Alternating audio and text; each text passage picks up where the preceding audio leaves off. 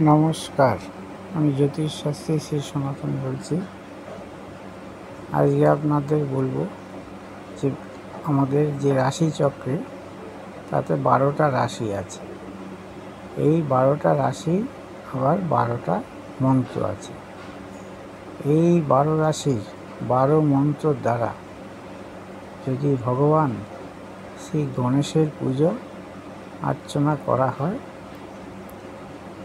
তাহলে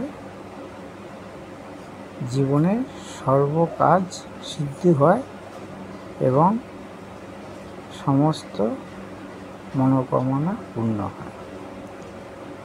এই 12 রাশি 12 মন্ত্র আমি এখানে আপনাদেরকে বলছি। এই 12 মন্ত্র যদি আপনারা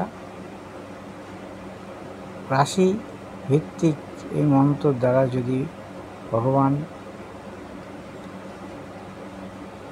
গণেশের পুজো করতে পারেন তবে আপনাদের সর্বমনস্কামনা পূর্ণ হবে। আসুন জেনে নিই 12 মন্ত্র কি। মেষ, ওং লম্বোদরায় নমঃ। বৃষ রাশি, ওং বিঘ্নেশ্বরায় নমঃ। মিথুন রাশি, ওং গৌরীপুত্রায় নমঃ। কর্কট রাশি, ওং গজানন্দায় নমঃ। সিংহ রাশি, ওং বক্রতুণ্ডায় নমঃ। কন্যা রাশি, ওং বরদমূর্তে নমঃ। তুলা রাশি, ওং বিঘ্নহর্তায় নমঃ। বৃশ্চিক রাশি, ওং সিদ্ধিদাতায় নমঃ। ধনু রাশি, ওং সুখকর্তায় নমঃ। মকর রাশি, ওং মঙ্গলদাতায় নমঃ। কুম্ভ রাশি, ওং সিদ্ধিবরায় নমঃ। মীন রাশি, ওং মোদকপ্রায় নমঃ। এই যে আমি 12টা রাশি 12টি মন্ত্র বললাম, এই মন্ত্রর দ্বারা প্রতিদিন যদি আপনি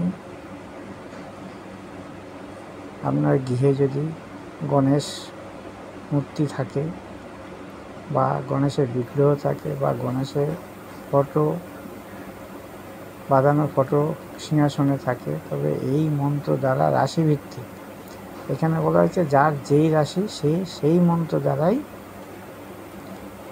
ভগবান গণেশের পুজো করবেন, তবেই আপনার সর্বকার্য সিদ্ধ হবে এবং সমস্ত মনোকামনা পূর্ণ হবে।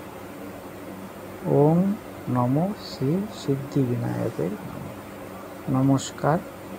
এটা করলে অবশ্যই আপনারা সুফল পাবেন এবং জীবনে উন্নতি লাভ হবে। এই ভিডিওটি যদি ভালো লাগে অবশ্যই লাইক করবেন, ফলো করবেন এবং আমাকে সাবস্ক্রাইব করবেন পরবর্তী ভিডিও পেতে।